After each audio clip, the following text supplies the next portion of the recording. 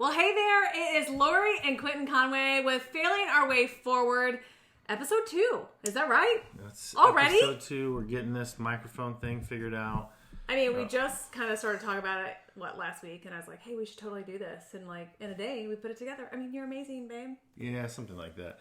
All right, I think this is working, so I'm taking these stupid headphones off because I hate them. So, yes, all right, so we got it. Failing Our Way Forward, episode 2. And today we are going to be talking about a hot button topic that all of you want to know about. No, I'm just kidding. I think it's a hot button topic because honestly, every time I post this on social media, no matter what platform, people, well, they love to see it, but often ask me the questions like, how do you make that work? This candle really is setting the entire tone. I mean, it definitely gives us the vibe of the entire podcast. Is that what it is? So are we supposed to start making out here in a minute? Maybe for later. I don't know. I'm in. So no, honestly, every time I post this on social media, maybe a picture of us on our Tuesdays. So if you follow us, you know what we do on Tuesdays, and Tuesdays are my favorite day. Not because our house is cleaned, but yes, that's partly Yes. But it's because of date day. It's date day. It is date day. And what's fun about date day is it's all about... What are you doing, baby? I'm trying to fix that necklace. It's bothering me. Well, thank you. Yeah, we're good. It's all about daddy together and just spending time with us. As crazy busy mama, I'm going to call you a crazy busy daddy. No, I'm just Quentin. Just Quentin. Yeah. You know what's funny is someone's like, I thought he said I'm quitting. I'm just quitting. Just quitting. Just quitting. As a crazy busy mama and just Quentin, on our Failing Our Way Forward, we have a tendency throughout the seasons of our parenting and marriage life, which we can kind of go back to the basics of that, is we've always made this a priority. And there have been some times when it wasn't. No, it's harder in some seasons than others. Yes. So I think it's always been the desire to be a priority, but the reality of it being a priority has been hard. Don't you think? I think so. So we're going to call this episode Date Your Mate. We did not script that. That just happened for the record. Can you hashtag Date Your Mate? Okay, so we've been married now for 24 years. Yes. And this is going to sound really cheesy, but when we were dating, we were big moviegoers. Yeah. That was our first date ever. It was, yeah. We went to see, you shouldn't probably tell what we went and saw, but Interview with a Vampire. It was fun. In 1994. Yeah. I don't even like vampire movies, I did like that idea. smoking hot chick that I was going with, so. I mean, how many times, honestly, can you say, and drop in the chat if you agree with this or can relate to this. Here's the thing. Sometimes we go to movies just to check out or just for the movie experience, not necessarily about the movie, right? Yeah, I mean, 100%, especially as a dude. Like, we're going for the hot mama. We're going for the Mike and Ike's, you know what I mean? The popcorn. Mike and Ike. Popcorn. Hey, that was my favorite candy when we were dating. Do you remember that? I do. We have Mike and Ike's at the Hit Factory just for you, baby. Oh, thanks, baby. Okay, so back in our dating life, we went to the movies a lot. Yes. In fact, in our early married life, it's like all we did. Like, we went to the movie. There were times, this is a true story. There are times when we would go to the movies. Pre-kids. Yeah, this is stupid too. There were times when we would go to the movie theater and we had literally seen every movie that was in the theater. Or we'd spend all day on a Saturday, you know? And we'd see multiple movies. Like, we always loved going on movie dates. Yes. That was kind of our jam. And it's funny that you're mentioning movies because that's been kind of our thing, you know, ever since we've been dating. And I think our date your mate or date day morphed into a Tuesday. Why? Well, scheduling. I mean, not just scheduling. Yeah, no, it was okay. Well, then I don't want to. It was like the cheap movie day. Oh yes, that is correct. I forgot. It was like $5 movie day, and we're just going to make it Tuesday mornings, and we drop the kids off at school. That is 100% accurate. I totally have forgotten about that. And the beauty of being able to work from home is you get to create your own schedule, and so we're going to talk a little bit about that as we kind of move forward, and how it's very tangible for you to date your mate, no matter what season you're in. But Tuesday became our day, so we drop our kids off at school. Yeah. It was a cheap movie date. And if we haven't mentioned it already, and we'll probably continue to keep talking about it, or I will. This guy is a tight wad. Yeah, I'm cheap. He's cheap. We'll just call it. I'm cheap. And anytime we do something, we're getting a sale or we're bargaining a deal. This is the best way I can describe it for you. Even though I'm wearing a Under Armour sweatshirt today, I would venture to say 80% of my wardrobe comes from where? Yeah, Sam's. Sam's. Everything I wear comes from Sam's. Hey, I love Sam's and Walmart, so it's all good. That's just who I am. Yeah. We can make trillions of dollars and we can make a nickel. I'm still buying my stuff at Sam's. Budget friendly. That's what I love about you. He's That's just so how I am. his money mindset is on point, y'all. So this guy's got so much wisdom to share. And maybe that's a future podcast, money mindset, because you have got some really, really great financial tips to be able to share that have worked well for you, and I think could be very good knowledge for others. But Tuesday became our date day, my very, very favorite day of the week, because scheduling, we ended up having Our Lady come on Tuesday mornings because we knew that we could get a cheap movie date. Why are you saying it like that? Like we talked about this last night. I have no shame in saying that you get our house cleaned. Like you do. Oh, I don't have shame. That's such a weird thing. Because I know it's not weird. How many moms will listen to this right now and say, "Must be nice"? You worked your ass off to get to that point. I did. Bleep. Am I not allowed to say that? So this is why I hate podcasts. No, this you're is why I fine. hate social media. No, because I can't talk the way I want. I love Jesus and I cuss. Do you understand that? So here's a fun thing. Maybe there is a little bit. I know I've worked hard, but perception is their reality. So when you perceive it to be like, oh, untouchable, you can't do that. When we had a 400 square foot apartment living off nickels and dimes, we weren't getting it clean. Yeah, right. Okay, so we worked hard for it. It became a Valentine's. You work hard for your money. So hard for my money. All I gotta do I'm is gonna start keep going. singing Where's this my up. microphone? It's right here. She works hard for money. Okay, this is and you better treat her right. Let us know when you're done. I think this is a karaoke podcast. Oh my god. Okay, we're going back to Date Your Mate. I know we're scrolling around. And, okay, whatever. I worked hard. It was a Valentine's Day gift one year that... You're still justifying it. I did. You're still justifying it. It was a justifying Valentine's Day gift that I didn't want to let go Stop of. So I justifying realized that in order to make that happen as a reality, I had to hustle hard and make that work. So here's the thing, folks. We have our house cleaned once a week, and I don't care if that bothers you. That's the truth. It's right? my office. We've worked really hard for that. Our home is our office. So we have our kids do chores. They come in, they clean. Our kids are responsible for multiple things: dishes, laundry. They've done their own laundry since they were 13. Yep. So our kids still do chores, and I have no shame whatsoever that we have our house cleaned once a week. She's amazing. We love her. Adriana, if you ever watch this, we love you. You're awesome. Okay, so back to that. So yes, you're right. We started having that done on Tuesdays because Tuesdays were our date days. So. So let's talk about the seasons because that's where I was kind of leading with this. Yep. In the very beginning, we went to movies all the time. That was kind of our jam. Yeah. We got married, and then we had 5 years before we. Of course, we had 5 years before we had kids. And in that time, 1, 2, 3, 4. Yeah, all, literally within a very short amount of time. Yes, and so that 5-year period, we still did a lot of dates. Most of them were movie dates. So that's kind of where the point where I was going with that. And so there's the dating season, the early married season, which is very much like the dating season, right? We can all agree on that. Yeah, when you don't have kids. Yeah, yes. Your responsibilities are working each other. We got a dog. Maybe a dog. Our dog was our responsibility. I always wanted to go home and make sure Tufton was okay. I did not.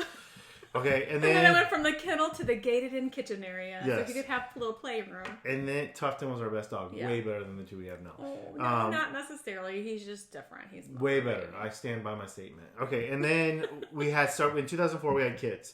So that early season of having kids is brutal. Yeah, the way we did it because. Well, first of all, we had a lot of problems with our first kiddo. Like most people probably don't know this that. This podcast session could probably last for 8 hours because our first baby was a NICU baby and was unexpected. And he wasn't unexpected. No, the baby wasn't unexpected, but the NICU stent was unexpected. The birth abnormalities were unexpected, and they were dramatic. They rocked our world. Yeah, he's our $1 million baby. For the first 5 years, our life was turned upside down. Yeah, so it was really rough. We'll talk about that in detail some other time. But that first 5 years was brutal because he died on you twice. Terrible. It was if he weren't born in modern America, he would have died. Yeah, terrible. And now he's 250 pounds running around going to college to play baseball. Yes. He's American. God is good. And he's also $1 million kid for legitimately his medical bills. So that 5-year stint of when he was a baby and we cranked out other kids, right, was brutal. And that's when I would say I'm going to go back and hang my hat on the season part because we didn't adhere to a date day during that period. No, but we kind of did. And I don't know if you've thought about this, but we didn't have a designated day because honestly, we couldn't have anybody that could babysit. No, because Kale had problems. Yeah. And so... and we didn't have family here. Yeah, I mean, that's... No one lived around us. So we moved away from family. 4.5 hours away from our closest relative. Yeah. And our family, the grandparents, all worked. So it wasn't like they could come and just take care of our kids. So we had to really get resourceful. And I would say even back to then, so if you're listening to this and you're a new parent and you're struggling, maybe you have a NICU baby, maybe there's some unexpected circumstances in your life, it is still possible to create a date day. It may not be the specific day of the week, but what you can do is you can set aside time. So I can remember, and I don't know if you do, but I remember when we were really big on sleep scheduling when our kids came to the age, and that might be another podcast episode because for survival purposes and for our marriage and that dating aspect and not really being like two ships passing in the night. It was really important that we had time to just be us, Quentin and Lori, not mom and dad, or have all these roles, just to be with each other. Because honestly, I don't know if you said this, but I married my best friend. Oh, I did. You're my best friend. Yeah. And maybe you don't feel the same way. No, you already know. No, I know that. We are that gross, disgusting story. Now, I'm going to preface this by saying we have been through some crap. Yeah. Okay, some bad stuff. All right, but we literally did marry each other as best friends. We've been best friends for a long time. We in high school, junior high even. So we've been really good friends for a long time. It's fair to say we truly did marry our best friend. That's genuine. That's not a gooey statement. No, it's real. And I think that that's not a quality. If you're looking at this and you're not married yet, there are certain qualities, and again, that could be a future thing that we talk about. There are certain qualities that you look for in a mate, and that was one of them, is marrying someone that I enjoyed, because everything else kind of fades. Somebody you want to go see Interview with a Vampire with. Yeah, and not really want to see the movie, just be together and have a good laugh or two. But so anyway, going back to, if you're listening to this and maybe you're a mom that's struggling in the thick of it, maybe you have a husband that travels. I don't know what your situation looks like, but it is possible to have a date, intentional date time. Maybe it's not a date day, or maybe it's not every week even. Yeah, you could still hashtag a date your mate, and you could literally pull out a blanket in the living room and order pizza, or have a McDonald's Happy Meal candlelight dinner in your kitchen. I did that. And put the kids to bed a little earlier so you guys can have time. I think that's really important to have that schedule. And it may not be a date during the day like us, because again, working from home, we have the luxury to be able to kind of change up our schedule as needed. But maybe for you, it's, hey, I never see my husband. We don't have the time. Look at your schedule and say, where can I make time? Because I think it's really a priority. I agree, but I want to take a different approach on this, because sometimes I think one of the criticisms of you is that you're positive about everything. Like it's a fair criticism, because that's genuinely who she is. You mean you're mad at me because I'm positive? No, what I want to yin and yang this. I want to create the counterbalance to that, because I don't remember year 1 through 5 as fondly as you do. Yeah. I remember it as very stressful, very taxing, very strenuous on our relationship. And that whole Kale phase, when he was going through it was hard. Really and then hard. Stacking kids, because people always ask, like, well, what's your hardest kid? 1, 2, 3, or 4? And you would say differently than what was the hardest kid for you? Mine was 1, because it was like, now I'm a new mom and I don't know what to do. Now I have a NICU baby with high special need, like. 1 was our hardest, but that was situational. In a general sense, what's the hardest one? So when the second one came along, I just felt like I didn't have enough time. And I think when number 2 came along, you were just like, oh, this is easy. So it's 2 or 3 for me, I thought. 3 is the hardest, because that's when the shift is everything from mom to, I don't know, it's just hard. But moms have 2 hands, so you get really creative and you're holding 1 hand, because literally I had 3 in less than right at 5 years, so a little less than 5 years. I'd hold 1 hand, hold another hand, and wear 1. Oh my and gosh. At the grocery store, I'd put 1 in the basket. So I'd hold 1, wear 1, basket. Like, literally, we either had a baby or a kid on tit for 10 years. Yes. 10 years. Yes. That's not a joke. It's so true. Okay. But seriously, I going back to the importance of being able to set aside time. It doesn't have to be a physical date. You don't have to go to the movies to have a date, right? No, I agree. I am 100% with you on that. What I guess what I want to say is, going back to the yin and yang, the criticism is, you remember it fondly. Yes, we still had date dates. I don't remember it that way. I remembered it as the struggle. It was a challenge. And I feel every like day was, that period when we started having kids was a lot. I had a lot going on with work, trying to support our growing family, that was stressful. Not to mention the extra medical expenses. That's right. And then just the time constraints, like, you know, everyone has their selfish needs, and when you have kids, that all goes out the window because you got to take care of them. Yeah. They're literally dependent upon you for life and sustenance, so it's like they have to be prioritized. So your wife became a mom, and kids became number one priority. That's right. So there's this because there was a need there. That's right. So that the first few years were okay, except for the struggle with Kale, and then I feel like that was that season. I'm going back to seasons. Dating season, great. First 5 years, still like dating season, right? Yeah, very similar. Kids. That's when things start to change. The first 5 years of kids. And then the second 5 years of kids. It's a whole nother chapter. It's a whole different story of stress. But here's the thing. By the time we hit the second 5 years of kids, we still had a baby. You see where I'm going with that? Yeah. So we still had a baby and nursing. Yes. And so it's like it was this fade into chaos of, yes, we still tried to date. That is true. But that's when we hit our rough patch going into that second season. Yeah. And so I would argue, being the yang of this, that's when we started to deprioritize this and things got off the rail. I think you get exhausted and you get stuck in your role and you do become like two ships passing in a night. And you're just like in survival mode. Yeah, for sure. It's survival mode of like, okay, I know my role, and I can't speak from your side because you're the man, you were the provider. And I was very thankful as I was being able to stay at home mom.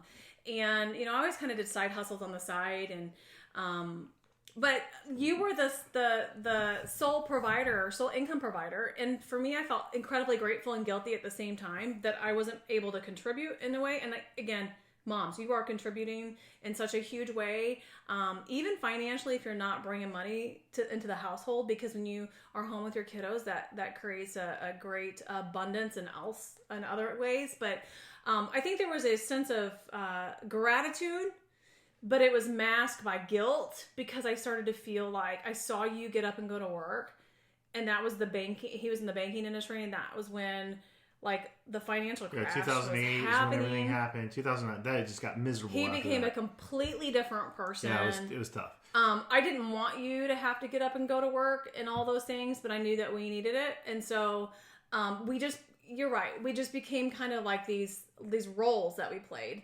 And they were almost like, it was just like a checkout mode role. Like, yeah, we're just going through the motions of doing what we should do. You knew what you needed to do is just autopilot, and you didn't put emotion behind it because what can you do? What can you change? Yeah. So right? I'm not trying to paint this bleakly, but I want to be real in that I think that we had these blissful 10 years.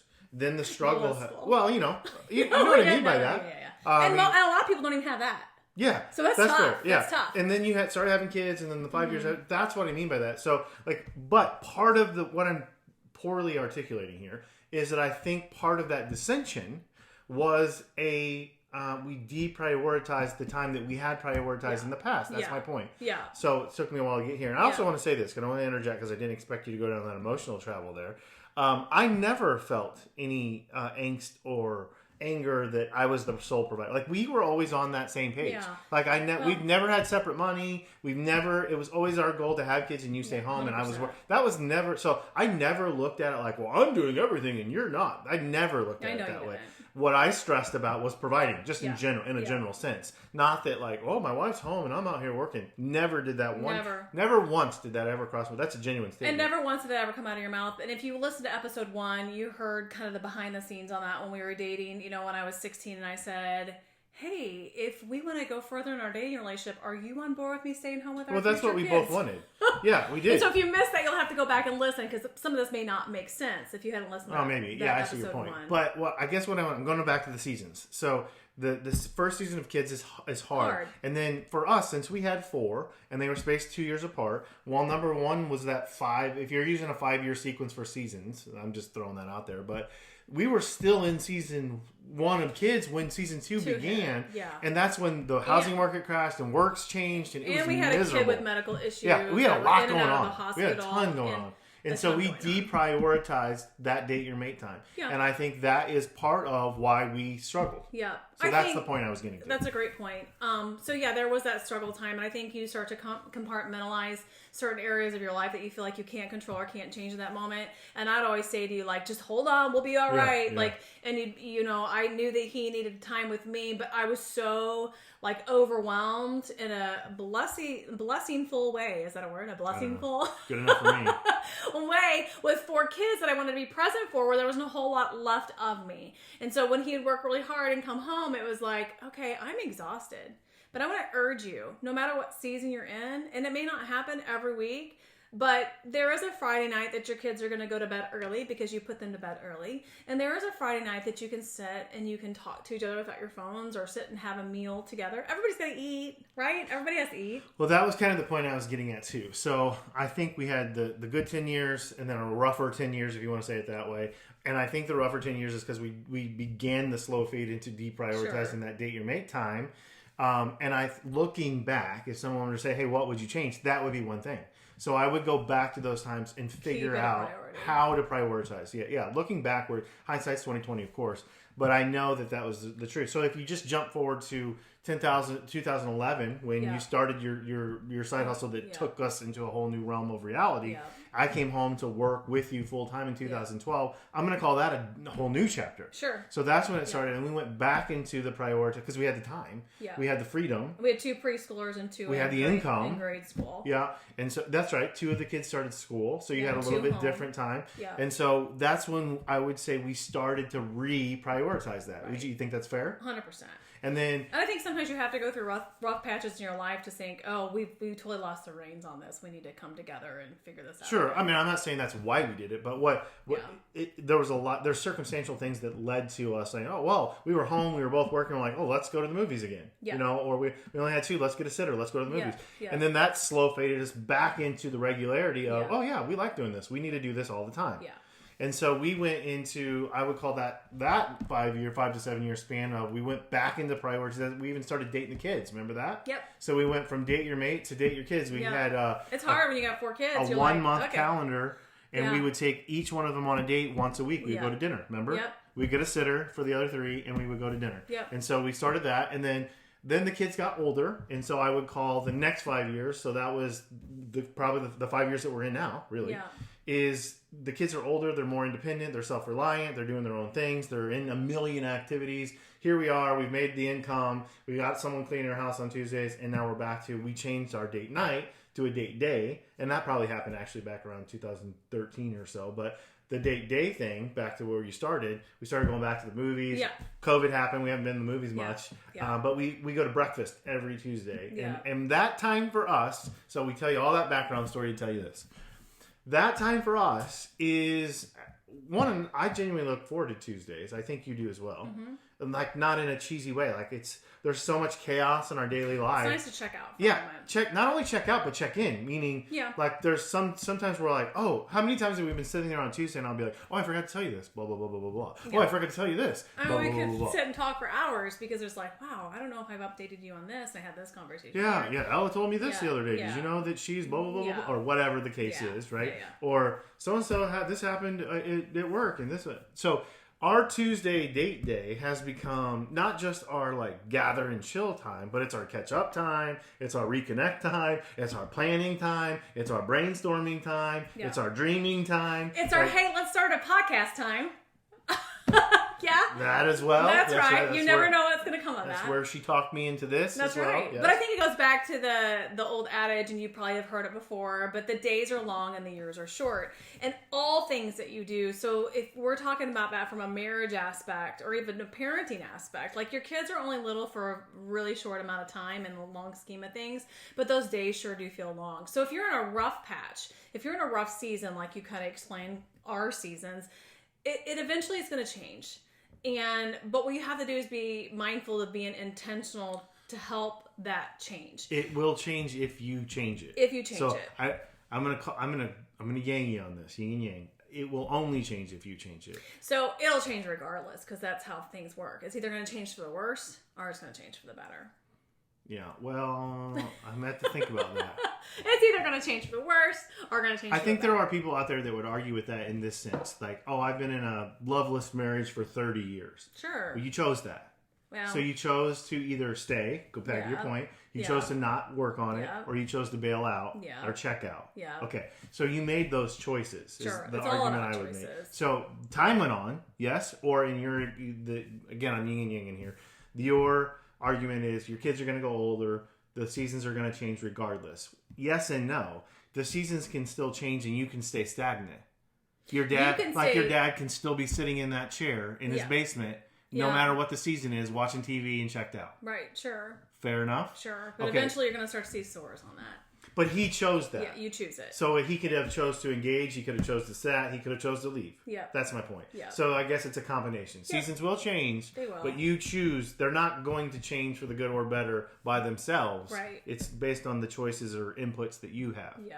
Control that you make. Yeah. You can't control everything. No. You can control yourself, though. And that's the hardest thing I think about marriage. And this is not necessarily a marriage podcast, but like, you know, both partners have to equally put in the effort and desire to change or desire to have a date night. But I promise you, no matter where you're at, again, I'll speak from a woman's standpoint. A man, and again, maybe you can speak on this too, Quentin, but when you have kids, if you have kids and you're married, you become a different person and you start to kind of look at each other like, okay, you're the dad, you're the disciplinarian, or, you know, whatever those roles are. Or maybe your husband's looking at you and saying, okay, well, where are you? Well, and you're like, well, I've been feeding the kids. I've been cleaning the house. I've been taking care of this. I've been doing, there's no more time left for me. And I think, again, going back to no matter what maybe you think that your husband or your spouse might think, they have the same feelings probably that you do. They're just communicating them a little bit differently. They, at the end of the day, they want time with you.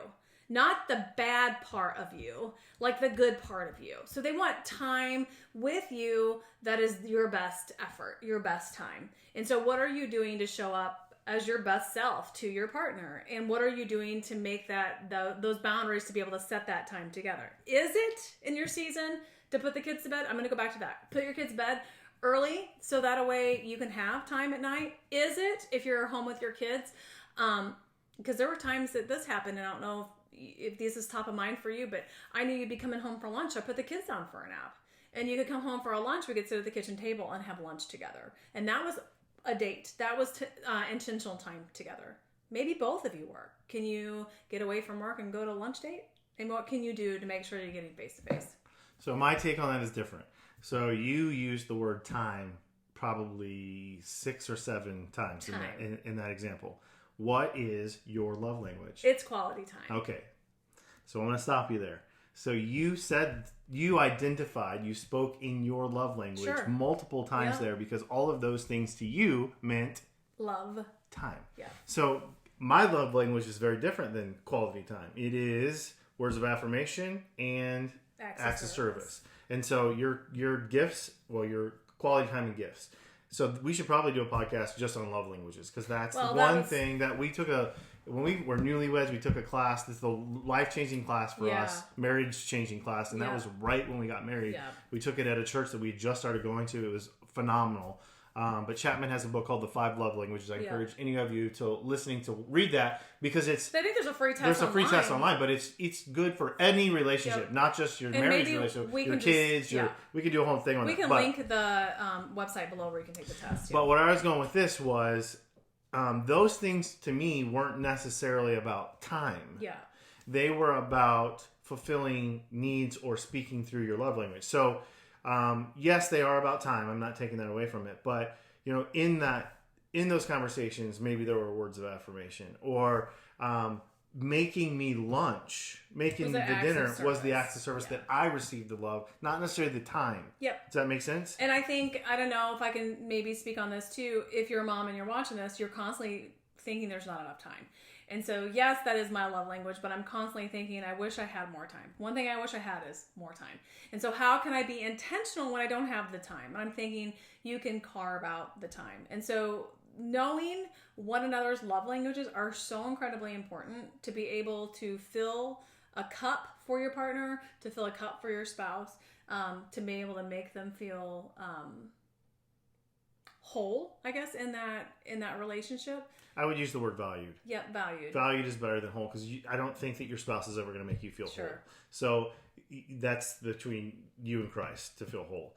The fulfillment, satisfaction, those are choices that you make. Those are desires that you have, and some we can fill those cups in different ways. But ultimately, those things don't come from your spouse. So if I'm trying to get my fulfillment from you, that's a failed design. It's just like happiness. It's happiness is so surface level, and happiness is a choice that you make every day. For sure. So back to the love languages, though, just to hit that one more time. For you, it was about time. You keep mentioning that. For your spouse, there's 5 of them, and so I'll give you a great example. You can buy me gifts all day long, and it means he will bring them back to the store. It almost means I hate that used to make me so mad when we first got married. I don't like getting gifts. I would buy him a gift, and he would take it back to the store. Well, if it's not what I want, then why would I? I mean, so there's a lot of pressure on that. There's a lot of knowing those love languages and knowing that you receive and give love in different ways. And if you're giving love in a certain way, it's probably because you like receiving love. And I don't remember ever taking anything back for the record. Name one thing. I'm calling you on point. I think it was a brand name shirt. Did it not fit me? Why did you pay that much for this? Because you didn't get it at Sam's. There we go. We got to the root now issue. I learned. So now, if I want him to be happy, I fill him with words of affirmation about how amazing you Thanks, are. babe. But literal good compliments, not just surface level compliments. Or acts of service. Or acts of A service. perfect example is every year when I go hunting, you're like, hey, what do I say to you? You always say, nothing. What do you want? What do you want me to do? Yeah. I say nothing, you're right. Yeah. But what do I really want? I mean, you want snacks. Yeah, make me some Rice Krispie treats. Make me some Rice Krispie treats. And that's what makes me happy. I try to What did I tell the kids that I wanted for my birthday this year? Make me Rice Krispie treats. Yeah. And clean my truck. These are not tangible. I don't want you to go buy me something. Clean my truck. That'll make me really happy. Yeah. And so knowing how to speak the love language of your spouse is really important. So quality time is really important to you. And I'm tying this back together in what is a date? A date doesn't have to physically be going out somewhere. No, it doesn't have to cost you a dime. That's right. Back to your argument. It could be setting up a meal in the living room. It doesn't have to even be that. It can just be you're working if you work on the farm and you're home and your husband's out working, you make lunch and you just sit there and you talk. Yeah. Or there's a million different ways I can sit here and give example after example, but a date your mate doesn't necessarily have to mean go to the movies. No. Go out to eat. It doesn't have to cost you a dime, but I think so many times that, if I get any feedback, any negative feedback at all from maybe posts about our Tuesday date days, must be nice, don't have the money to do that. It is must be nice. It is nice. It is wonderful because we have made it a priority and we made it a choice and we've done a lot of sacrifices to make it And we were doing that when we went to McDonald's and it cost back then a happy or a value me was $3.99. So we spent $8. Yeah. You know what I mean? Not even $8. So it is nice to do it. It is nice to have the money. Yeah. I agree with all of those things. But you don't have to have the money. So I just want to encourage you that if you're thinking of all the reasons why you cannot, think about the reasons that you can. Think about taking those why I can't out of your vocabulary and think about how you can incorporate those in today without spending a dime, without interrupting your schedule as much, as you think it might. With simply putting those kids to bed a little earlier or doing it at lunchtime or having breakfast, waking up earlier together and having coffee. I don't know about you, but our kids woke up so early when they were little. Yeah. It's kind of like school has it backwards. Like the young kids go to school later, and the high schoolers go to school early in the morning. I'm like, that is backwards. It should be flipped. Yeah. So I guess to summarize this and pull it together, I would want to encourage you in a couple ways. Life is full of seasons. Your marriage is full of seasons. Your kids are full of seasons. And so I would encourage you to prioritize the concept of dating your mate. Yeah. That doesn't always mean going to the movies or going out to eat or whatever the it is. What it really means is prioritizing, finding ways to try to meet needs of your spouse in different ways and understanding what those are important, and then carving out intentionality moments for them, time for them, ways to say affirmations, making appreciation. Everybody wants to feel valued. Buying the gifts if that's the thing, or going back to what you said about valued. everybody wants to feel valued. Yeah. So how can you intentionally value your spouse today? And I want to say that just know it won't be perfect. Progress over perfection. It will never be perfect. You're not going to script it out, and we don't go every single Tuesday. But it's pretty much that way. But our lives have been built around making that happen. Yeah. There were seasons, as we described. So I want to encourage you. Sometimes it will be ugly. Yeah. Sometimes you will have to make yourself go out or do something because you feel like you're about to murder each other. That's reality too. Like, I don't even want to see you. I don't want to be around you. I want to choke you out. We should probably get out and go do something. I mean, I'd say that's it's my reality, favorite day, right? but sometimes Tuesdays wake up and the household is just nuts. And the last thing that I want to do is look at this guy and have a conversation. I'm thinking back, like, when the kids were crazy and life was chaos. Yeah. Like, there are times when... Yeah, do it anyway. Do it anyway. That's what I was saying. And it doesn't have to be some scripted schedule like we have now. That's kind of the poorly made point I'm trying to get to. But make it a thing. Yeah. Make it a thing. Make it a thing. Make it a priority. So we'll drop in the comments below this podcast a link to Chapman's The 5 Love Languages. That kind really of just important. We weren't really headed there with this. There's even a kids version, and I know we didn't talk about, like, it's really good. We touched on, like, it's basic intentionality, stuff, dating your children too, which I think is really important. But yeah, we can put it's a 5 love languages test for adults, and there's one for children. Yeah, too. and that wasn't really the intention of this podcast, No. but it kind of went there. Dating the mate was important. Any closing words or thoughts? I think we should try to keep these around 30 to 40 minutes. We're right there. So I think, I would just say to you, again, I'm going to reiterate, the days are long and the years are short. The last thing that you want to do, you've married your spouse for a reason. You decided to have a family for a reason, whether it was unexpected blessing or an expected blessing. Life may not look the way that you thought it would look, and that's okay because it looks different for so many of us. And season to season, it does change, but I want to encourage you, no matter what your season is, no matter what your situation might be, is that when you lean into the hard, not run away from it, but lean into it and really start to intentionally value one another and set aside the time. I'm going to say that again, because time allows you to be able to breathe life into that relationship. That is what's going to help to give your marriage and your children really a good foundation. Every kid wants their mom and dad to be happy. Every kid wants their mom and dad to have a great relationship. I don't know a kid out there that doesn't. And so when you work on your marriage first, God first, marriage second, kids third. And I know that's an unpopular opinion, but when you do that and you keep Lord first, your marriage second, and your kids underneath that, again, unpopular opinion, everything starts to kind of come together and fall in line. You become a team versus people that are working against each other or feel like you're two ships passing in the night. You become a team of parenting together, and it just feels great to be part of a marriage as a team, not someone that's just has these roles that they play. So I'm just going to be encouraging and saying that the days are long, the years are short, the time's going to pass. So be intentional about your time together. Build it, because I know you said it, like, if you don't change, it ain't going to change. Eventually, it's going to change. Do you want it to be changed for the better or for the worse? Look at yourself 5 years out and say, what can I do today to pour into my spouse, to set aside intentional time, going back to you, to create a relationship. So in 5 years, we still have a relationship. That when seasons come and seasons go, we don't look at each other and say, who are you? What's going on? But you look at one another and you say, okay, you still look familiar. Like, we can still do this. We still enjoy each other on an occasion.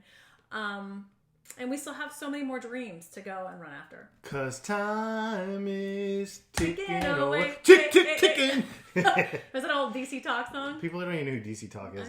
I Time is... Remember that? Ticking. I do. Ticking away. Yeah. All right.